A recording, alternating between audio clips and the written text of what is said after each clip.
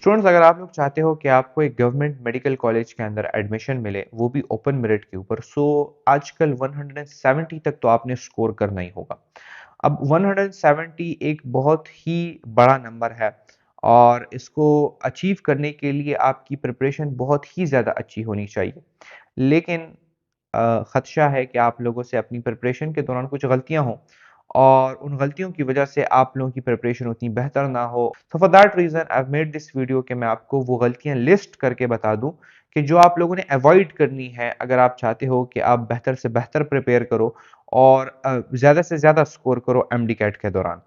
Assalamu alaikum. I am Hayan Khan. I am a second year MBBS student at Bacha Khan Medical College, which is located in Mardan city of KPK. And this video is actually sponsored by Chaja platform. More on them later in the video. अच्छा students, पहली mistake जो students करते हैं वो ये होती है कि they don't have a clear goal. Clear goal उनके पास नहीं होता। क्लियर गोल से मेरा मुराद ये है मिनिमम स्कोर। मिनिमम स्कोर कहाँ पर? एमडी कैट के अंदर कि मिनिमम आपने कितने मार्क्स लेने हैं कि आपका एडमिशन एमडी कैट के अंदर हो जाए। अब हम यूजुअली तो यूट्यूब की वीडियोस के लिए 170 170 170 ये कहते हैं, बट कुछ लोग इस तरह के होंगे जिनकी एफएससी बहुत ही ज़्यादा कम होगी, तो अब उनका 170 के ऊपर भी एडमिशन नहीं होगा। तो उनका किस चीज़ के ऊपर होगा? उनका 175 176 177 इस चीज़ के ऊपर होगा। So you need to calculate yourself a minimum marks कि मिनिमम मार्क्स मैंने कितने लेने हैं एमडी कैट के अंदर कि जिनकी बेसिस पर मेरा एडमिशन हो जाए। अब ये चीज़ कैलकुलेट करना बहुत ही ज़्यादा ईज़ी है और ये आपके लिए बहुत ही ज़्यादा इंपॉर्टेंट है। आप अगर गूगल के ऊपर जाते हैं और आप सर्च करते हैं एमडी कैट एग्रीगेट कैलकुलेटर, सही है, मैं यहाँ पर नीचे लिंक भी देता हूँ वेबसाइट का। पहली वेबसाइट जो आएगी उसके ऊपर आपने क्लिक करना है और वहाँ पर आपसे वो कुछ डिटेल्स मांगेगा। आपके मैट्रिक के मार्क्स हो गए तो आपके मैट्रिक के ऑब्टेन्ड मार्क्स, फिर आपके मैट्रिक के टोटल मार्क्स, इसी तरह आपके एफएससी के ऑब्टेन्ड मार्क्स और एफएससी के आपके टोटल मार्क्स। इसी तरह नेक्स्ट चीज़ वो आपसे मांगेगा आपके एमडी कैट के ऑब्टेन्ड मार्क्स और एमडी कैट के आपके टोटल मार्क्स। तो टोटल मार्क्स तो आपने उसमें 180 लिख देने हैं, लेकिन ऑब्टेन्ड मार्क्स आपने अभी तक फिल नहीं करना। सबसे पहले आते हैं एफएससी के ऊपर। अब इनमें से बहुत सारे इस तरह के स्टूडेंट्स भी होंगे जिनका फर्स्ट ईयर हो चुका है लेकिन वो अभी सेकंड ईयर में है, उनका सेकंड ईयर का रिजल्ट नहीं आया। तो आपने अब अपना एक गेस लगाना है कि मैं सेकंड ईयर के अंदर कितने मार्क्स ले सकता हूँ। सही है? तो वो गेस जो भी हो वो आपने अपनी फर्स्ट ईयर के मार्क्स के साथ प्लस करना है और आपने एक टोटल स्कोर जो है तो अपनी एफएससी का निकाल लेना है। लेट्स से एक बंदे के आ जाए 1105, सही है, आउट ऑफ 1200। इसी तरह आपने फिर आ जाना है एमडी कैट में, सही है। तो एमडी कैट में आपने अपनी मर्जी का कोई नंबर दे देना है जो आपको सुटेबल लगता हो। लेट्स से मैं जो है तो डायरेक्टली इसमें 170 डाल देता हूँ। तो जब आप कैलकुलेट के ऊपर क्लिक करोगे, वहां पर नीचे बटन होगा, सही है, कैलकुलेट का। जब आप उसके ऊपर क्लिक करोगे तो वो आपको एक एग्रीगेट दे देगा। लेट्स से इसने आपको दे दिया है 92.79, सही है। This was actually my aggregate back in 2024.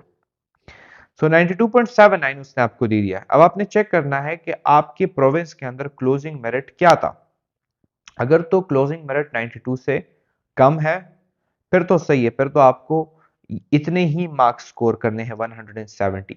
लेकिन अगर आपका क्लोजिंग मेरिट 92.79 से ज्यादा है, जो कि इस साल के पीके का ज्यादा था, इस साल के पीके का तकरीबन 93.4 तक था, सही। तो अब मैंने वहां पर एमडी कैट के मार्क्स को सिर्फ छेड़ना है और एमडी कैट के मार्क्स अपने इंक्रीज कर देने हैं। तो मैं लेट से लेके चला जाता हूँ 175। 175 के ऊपर जब मैं कैलकुलेट करता हूँ तो मेरे पास तकरीबन लेट से आ जाता है 95.06, सही है। अब ये एक अच्छा एग्रीगेट है।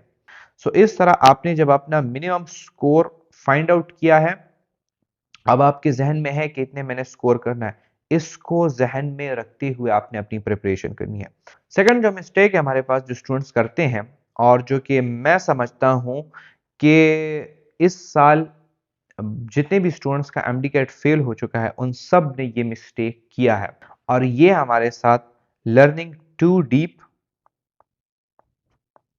And to extra,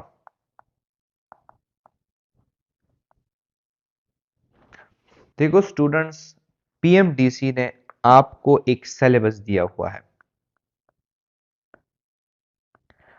Pakistan medical and dental council आपको कह रहा है कि आपका जो हम टेस्ट बनाएंगे वो इन स्पेसिफिक टॉपिक्स के अंदर हम बनाएंगे। तो चीज़ों को अपने लिए मुश्किल ना बनाएं। एक बहुत ही आसान चीज़ जब आपके पास है तो उस आसान चीज़ को आप करें, उस आसान चीज़ को आप बेहतर तरीके से कर सकते हो।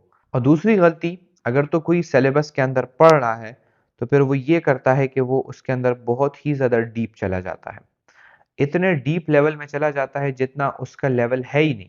यानी मास्टर्स और पीएचडी और एमबीबीएस की बुक्स तक वो जो है तो निकल जाता है। और कुछ टीचर्स हैं ऐसे, मैं मानता हूँ कुछ टीचर्स ऐसे हैं जो कि आपको लेक्चर के अंदर अपनी मास्टर्स की बुक्स और एमबीबीएस की बुक्स और जो है तो पीएचडी लेवल की चीजें आपको पढ़ा रहे होते हैं। तो वो तो वाज़ेह सी बात है कि ये सारी चीजें ना आपके टेस्ट में पूछी जाने वाली हैं, तो फिर आप क्यों इनको प्रिपेयर कर रहे हैं। अब इस मिस्टेक से क्या होता है, इस मिस्टेक से ये होता है कि आपका फोकस डाइवर्ज हो जाता है।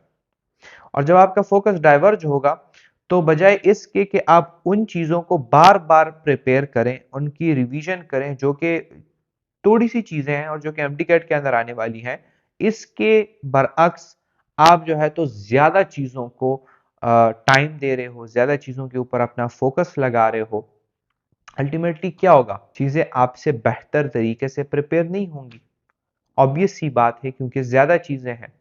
सही है। तो चीजें अपने लिए मुश्किल ना बनाएं। आपको एक सिलेबस दे दिया गया है और आपकी अपनी प्रोविंस की बुक प्राइम इंपॉर्टेंस रखती है, तो आप अपनी ही प्रोविंस की बुक से प्रिपरेशन करें। इसमें स्टूडेंट्स इस चीज के ऊपर डर रहे होते हैं कि सर व्हाट इफ एमसीक्यूज आ गए। देखो स्टूडेंट्स, एमडी कैट में 5 एमसीक्यूज लेट से मैं आपको कह दूं कि आपकी बुक से बाहर आ गए, जो रिमेनिंग 175 एमसीक्यूज हैं वो तो आपकी बुक के अंदर से थे ना। और वो तो काफी इजी एमसीक्यूज थे, काफी बेसिक थे, उनमें तो इतने डीप वो गए भी नहीं थे। तो वो 175 एमसीक्यूज तो आपके सही हो जाएंगे ना, अगर तो आप अपनी ही बुक से प्रिपेयर करें और जो बेसिक चीजें आपकी अपनी बुक में हैं वही आप प्रिपेयर करें, तो ये 175 एमसीक्यूज आपके सही हो जाएंगे। बात रहेगी 5 एमसीक्यूज की, तो खैर है, ये इनकरेक्ट भी हो गए तो कोई बात नहीं, आपके 175 मार्क्स आ जाएंगे। लेकिन दूसरे तरफ से अगर तो आप इन 5 एमसीक्यूज को कवर करने की कोशिश करोगे तो फिर आप इसमें फंसोगे। और मेजॉरिटी ऑफ द स्टूडेंट जिनका इस साल एमडी कैट फेल हुआ है उनसे आप पूछें कि आपने ये मिस्टेक की थी या नहीं की थी, वो आपको बताएंगे कि yes we did this mistake. अगर आप सिंस से अपनी एमडी कैट की तैयारी कर रहे हो, so I actually have a good news for you. और वो गुड न्यूज ये है कि चार जाओ एक ऑनलाइन एकेडमी है जिन्होंने अभी अपना सिंध एमडी कैट का बैच लॉन्च किया है, only and only in 18,000 rupees. अब इस बैच की ओरिजिनल प्राइस तो ज्यादा है but there is a huge discount on this batch right now and the price is 18,000। और इस पैकेज के अंदर ये लोग आपको प्रोवाइड कर रहे हैं लाइव ऑनलाइन क्लासेस जूम के ऊपर। और जैसे ही ये क्लास खत्म होगी तो इसका जो रिकॉर्डेड लेक्चर है वो आपके डैशबोर्ड के ऊपर शो हो जाएगा। इसके अलावा नोट, इसके अलावा access to their practice zone, और प्रैक्टिस जोन मैंने खुद चेकआउट किया हुआ है एंड इट्स रियली गुड। इसके अंदर जो है तो आपको टॉपिक वाइज टेस्ट, आपको चैप्टर वाइज टेस्ट, आपको जो है तो सब्जेक्ट वाइज टेस्ट भी पूरे के पूरे जो है तो मिल जाएंगे, तो यू कैन यूटिलाइज इट और अपनी तैयारी बेहतर से बेहतर बना सकते हैं। इसके अलावा access to their doubt solving group जिसके अंदर टीचर्स होंगे और आप किसी भी वक्त अपना क्वेश्चन जो है तो उस ग्रुप के अंदर पूछ सकते हैं and teachers will be there to answer your questions. If you are interested in this offer तो व्हाट्सएप का नंबर आपको स्क्रीन पर भी नजर आ रहा होगा। इसके अलावा जो इनकी रजिस्ट्रेशन फॉर्म है और जो व्हाट्सएप का कॉन्टैक्ट है वो मैं नीचे वीडियो के डिस्क्रिप्शन में भी डाल दूंगा। इसके अलावा if you want to check their website तो वो भी मैं जो है तो वीडियो के डिस्क्रिप्शन में उनका लिंक दे दूंगा। स्पेसिफिकली फॉर माय व्यूअर्स, अगर तो आप लोग इस वीडियो का स्क्रीनशॉट इनको व्हाट्सएप के ऊपर सेंड करेंगे सो आपको ये लोग फ्री डेमो क्लास भी देंगे जिसको आप चेक कर सकते हैं और उसके बाद ही आप अपना फैसला कर सकते हैं। So I would advise you कि आप वो डेमो क्लास लें और उसके बाद ही फैसला करें कि आप लोगों ने ज्वाइन करना है ज्वाइन नहीं करना। Thank you. तीसरी मिस्टेक्स जो स्टूडेंट्स करते हैं वो है cramming. Cramming instead of understanding. Students, आप लोगों को लगता है कि एमडी कैट के अंदर हमें जो है तो क्रैमिंग ज्यादा करनी होगी। है कुछ चीजें हैं जिसकी आपने क्रैमिंग करनी है, बट मेजॉरिटी ऑफ द चीज़ों को अगर तो आप अंडरस्टैंड करने की कोशिश करोगे तो उनके ऊपर आपको रट्टा लगाने की फिर ज़रूरत नहीं बचती। और इसकी मैं आपको मिसाल इस तरह से दूंगा कि लेट्स से आपकी बुक में एक लाइन लिखी गई है कि क्रोमोसोम्स को नाम क्यों दिया गया है, तो chroma means colour and soma mean body. अब रट्टा आपने इसके ऊपर लगाना है कि chroma means colour and soma means body. ये मैं आपको सिर्फ एग्जांपल दे रहा हूँ, इसके ऊपर कोई एमसीक्यू इस तरह का नहीं आएगा, बट स्टिल। लेकिन इससे अच्छा तरीका यह है कि आपको उसके पीछे की अंडरस्टैंडिंग हो, उसकी थोड़ा सा आपको रीजन पता हो कि क्रोमोसोम को कलर बॉडी क्यों कहा जाता है। अब जब इन्होंने स्टेन किया क्रोमोसोम को, तो क्रोमोसोम सराउंडिंग सब्सटेंसेस से या सराउंडिंग बॉडी से इनको ज्यादा डार्क नजर आया माइक्रोस्कोप के नीचे, तो इन्होंने उसको नाम दिया क्रोमोसोम यानी कलर बॉडी का। अब मुझे इस लाइन के पीछे का रीजन पता है कि क्यों क्रोमोसोम को कलर बॉडी कहा जाता है, ये पूरी जिंदगी मुझसे नहीं भूलेगा। तो बेटर टेक्निक यही है कि आपको एक चीज के पीछे का अगर आपको उसकी अंडरस्टैंडिंग हो तो उस वो चीज आपकी मेमोरी में ज्यादा देर तक रहती है। अगर इसके अलावा हम जाते हैं फिजिक्स के ऊपर, तो फिजिक्स के अंदर आपको मिलते हैं फार्मूलाज। अब स्टूडेंट्स हैं, फार्मूला उन्होंने फार्मूला शीट बनाई होती है, फार्मूला शीट अच्छी चीज है बनाया, लेकिन उसके ऊपर वो रट्टे लगा रहे होते हैं कि ये फार्मूलाज मुझसे टेस्ट में भूले ना। उसका सिंपल टेक्निक मैं जो किया करता था, मैं उस फार्मूले की डिराइवेशन सीखता था। डिराइवेशन, और डिराइवेशन के अंदर उस फार्मूला का पूरा कॉन्सेप्ट होता है कि अगर a is equal to b है, तो a और b आपस में इक्वल हैं क्यों, क्या वजह है, इसके पीछे का पूरा फिनोमिना क्या है। अच्छा, अगर लेट से a is equal to B multiply by C है हमारे साथ, तो बी और सी मल्टीप्लाई होके इनसे a बनता किस तरह है। तो ये पूरा का पूरा फार्मूला जब आप लोग डिराइव करोगे और आपको इस फार्मूले के पीछे का कॉन्सेप्ट पता होगा, इस ये फार्मूला भी आपसे नहीं भूलेगा। और अगर आपसे भूल भी जाए, लेकिन आपको डिराइवेशन उसकी आती होगी कि अच्छा इस फार्मूले में कौन कौन सी क्वांटिटीज थी, और फार्मूला है, ये इक्वेशन है, और किन किन क्वांटिटीज से मिलकर ये बना था और किस तरीके से बना था, आपको डायरेक्ट फार्मूला या इक्वेशन जो है तो वो याद आ जाएगा। एक तो ये चीज भी हो जाएगी, और दूसरा ये है कि अगर इस फार्मूले को या इस इक्वेशन को या इस कॉन्सेप्ट को वो आपकी बुक से हट कर थोड़ा सा अलग अंदाज में आपके लिए एमडी कैट में ले आए एमसीक्यू में, तो वो एमसीक्यूज आपको सॉल्व करना इंतहाई ज्यादा आसान होगा, उसमें कोई मुश्किल की बात नहीं होगी, because you actually understand the concept behind that.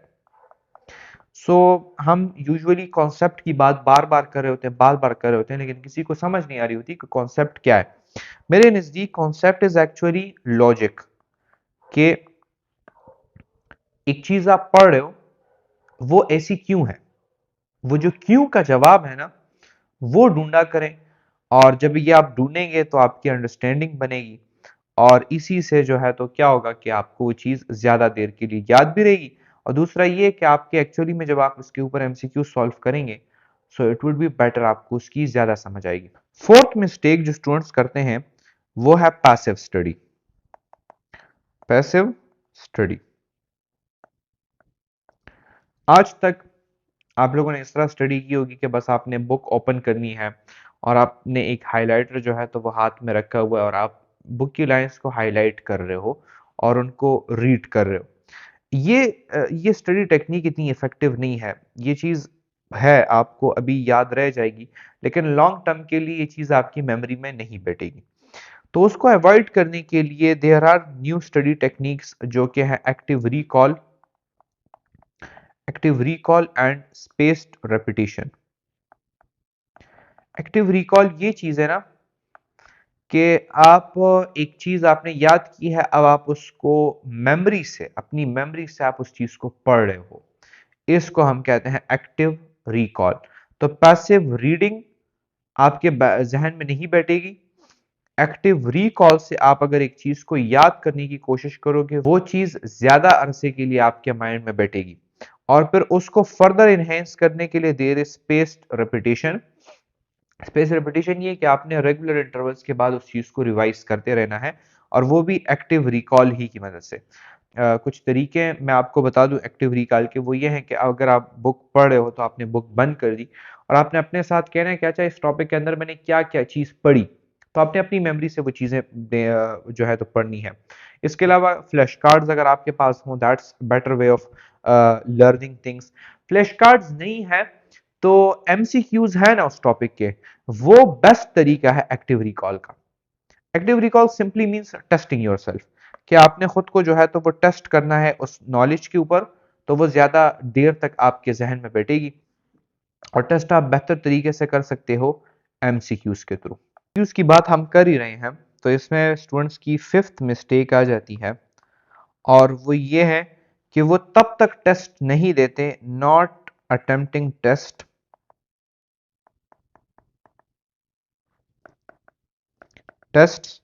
until fully prepared।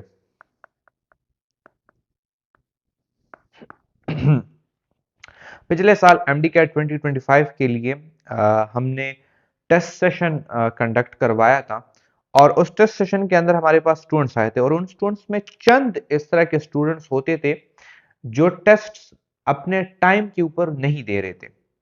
जब हमने उनसे पूछा तो उनकी यही यही रीजन थी कि सर हमने ये टॉपिक अभी तक फुली प्रिपेयर नहीं किया है, और जब हम इस टॉपिक को फुली प्रिपेयर कर लें तो उसके बाद हम इस टॉपिक के अंदर टेस्ट देंगे। असल में इन स्टूडेंट्स का माइंडसेट ये है, और अगर आपका भी माइंडसेट है, so you need to change your mindset. Mindset ये है कि they see test as a testing tool, जबकि मैं चाहता हूं कि आपका माइंडसेट भी इस तरह बने कि you see test as what, as a preparation tool. मैंने आपको यहां पर ऊपर एक्टिव रिकॉल की बात की ना, मैंने आपको कहा कि एमसीक्यूज के थ्रू आप एक चीज को बेहतर तरीके से सीख सकते हो, और वो चीज आपके लॉन्ग टर्म मेमोरी में चली जाती है। सेम वही एक्सप्लेनेशन आपकी यहां पर भी आती है कि खैर है, आपका एक टॉपिक कमजोर भी है, आपने उसकी सही तरीके से प्रिपरेशन नहीं भी की है, लेकिन जब आप उस टॉपिक के ऊपर टेस्ट दोगे तो वो टेस्ट आपकी उस प्रिपरेशन को कमजोर से लेके चला जाएगा स्ट्रॉन्ग प्रिपरेशन की तरफ। तो test is actually a source of preparing a topic. Okay, so test को एक टेस्टिंग टूल ना लें, जहां पर भी आपको मौका मिलता है टेस्ट अटेम्प्ट करने का, you go for it and you attempt that test. क्योंकि आपकी जो आप बुक से जो पैसिव रीडिंग कर रहे हैं, जो पैसिव स्टडी कर रहे हैं, या अगर आप घर में भी एमसीक्यूज को सॉल्व कर रहे हैं, वो इतने ज्यादा इफेक्टिव नहीं है। लेकिन जब आप बाहर जाएंगे अपने घर से और आप फिजिकली टेस्ट को अटेम्प्ट करेंगे, वो वाले एमसीक्यूज आपको याद रहेंगे एक्चुअली में। सही। सो टेस्ट इज एक्चुअली एक टूल है नॉलेज को याद रखने का, नॉलेज को सीखने का, और उसके अंदर आपसे मिस्टेक्स होंगी, आपने अपनी मिस्टेक्स को जो है तो वो रेक्टिफाई करना है। अच्छा, ये है कि चलो अगर एक चीज आपने प्रिपेयर नहीं भी की है, तब भी आप जाओ, आप टेस्ट दो, आप टेस्ट में बहुत सारी चीजें सीखोगे, और जो चीजें आप टेस्ट में सीखोगे वो आप घर बैठे किताब से नहीं सीख सकते। सिक्स्थ मिस्टेक जो स्टूडेंट्स करते हैं वो है कि घर के अंदर जब वो प्रैक्टिस कर रहे होते हैं एमसीक्यूज की, तो टाइम्ड प्रैक्टिस नहीं कर रहे होते, टाइम्ड प्रैक्टिस नहीं कर रहे होते। आपने एक टॉपिक प्रिपेयर किया और आपने लेट से कोई बुक आपने खोली जिसके अंदर एमसीक्यूज है, तो आप बैठ जाते हो उन एमसीक्यूज को सॉल्व कर रहे होते हो, लेकिन आपने कोई टाइमर नहीं लगाया। जबकि एमडी कैट के अंदर द टेस्ट इज टाइम्ड, तो उसके अंदर टाइम लिमिटेशन है, और इस वजह से चूंकि आपने टाइम की प्रैक्टिस नहीं की होती, तो बहुत सारे स्टूडेंट टाइम को अच्छे तरीके से मैनेज नहीं कर पाते और उनका एमडी कैट इसी वजह से फेल हो जाता है। तो लिहाजा इससे कि आपका एमडी कैट फेल हो, बेहतर तरीका यही है कि जब आप घर के अंदर प्रैक्टिस कर रहे हो एमसीक्यूज की, तो हर एमसीक्यू को 1 मिनट का टाइम देकर अपने लिए टाइमर जरूर सेट किया करें। सही है। सेवंथ मिस्टेक स्टूडेंट्स जो करते हैं वो ये है not doing analysis, not doing analysis. देखो स्टूडेंट्स, मैंने बहुत ज़्यादा नोटिस किया है कि एमडी कैट के जो एस्पायरेंट्स हैं वो अपनी मिस्टेक्स चेक करने से डरते हैं। यार, एक मिस्टेक आपसे हो गई है ना, अब उस मिस्टेक को आप दोबारा रिपीट ना करो। You have to find the courage कि आप उस मिस्टेक को उठाओ और आप उसको देखो कि अच्छा ये मिस्टेक मुझसे क्यों हुई है और किस तरीके से मैं इस मिस्टेक को अवॉइड कर सकता हूं।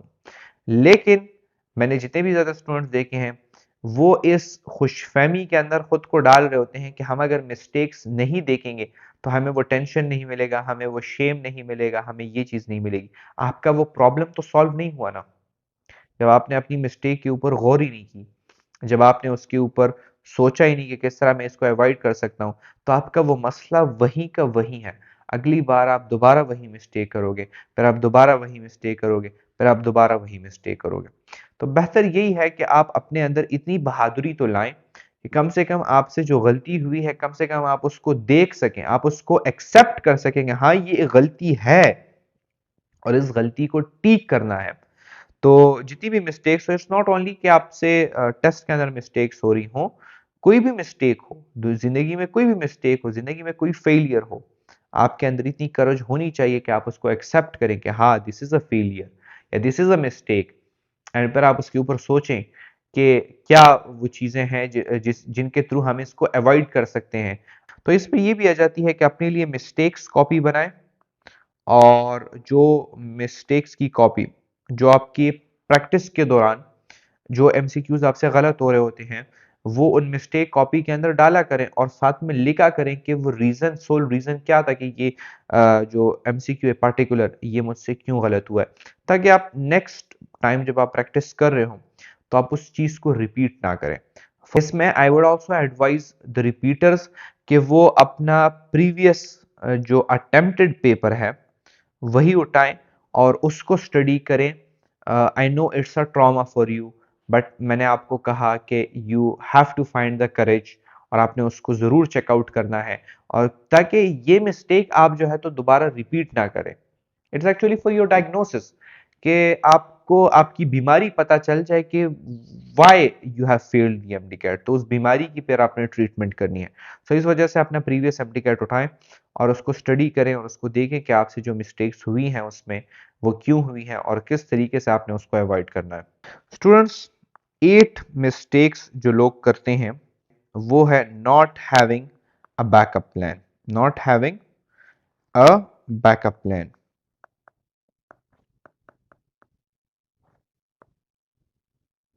ऑलमोस्ट हर कोई जो है तो यही मिस्टेक कर रहा होता है। उन्होंने अपने लिए जहन में वो एक चीज़ बनाई होती है कि हमने जो है तो तारिक बिन जियाद की तरह बस कश्तियाँ जो है तो वो जला देनी है और हमने बस सिर्फ एमडी कैट को फोकस में रखना है और हमने एमडी कैट के अलावा कोई और चीज़ को कंसिडर नहीं करना। और इससे क्या होता है, इससे ये होता है कि चूंकि आपके पास एक बैकअप प्लान नहीं है, आपके पास एक कोई रास्ता ही नहीं है एमडी कैट के अलावा, you don't have a way out. तो क्या होता है, आप एमडी कैट को फेल करने से डर रहे होते हो और जब आप एमडी कैट को फेल करने से डरोगे, एमडी कैट के दौरान आपको प्रेशर आएगा, आप प्रेशर लोगे, आप प्रेशर को हैंडल नहीं कर पाओगे, you will have anxiety, you will have stress और उस एंजाइटी और स्ट्रेस की वजह से फिर आप 2+2 को 5 कहोगे, फिर आप 2+2 को 4 नहीं कह पाओगे। तो उस हालत से बचने के लिए I would advise you to have a backup plan. और उसकी एक वजह ये भी है कि एमडी कैट में आपके चांसेस जो हैं तो वो बहुत ज़्यादा नेरो हैं। तो अल्लाह की मर्जी है, अगर उन्होंने चाहा कि हो जाए तो हो जाएगा, नहीं चाहा तो नहीं होगा।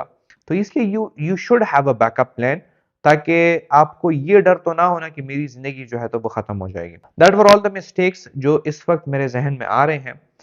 अगर इसमें कुछ इस तरह की मिस्टेक्स हैं जो आपने की हैं और जो कि मैंने यहाँ पर लिस्ट नहीं की हैं, so I would love to read them, तो वो आप अपनी कमेंट सेक्शन में जो है तो वो छोड़ दें और फिर इंशाल्लाह नेक्स्ट वीडियो जब अगर मिस्टेक्स की बनानी हो तो मैं उसमें भी वो इंक्लूड कर दूंगा। इस वीडियो अगर आप लोगों को पसंद आई हो तो लाइक करें और चैनल को सब्सक्राइब भी ज़रूर करें, because it keeps me motivated and then I can bring such videos for you.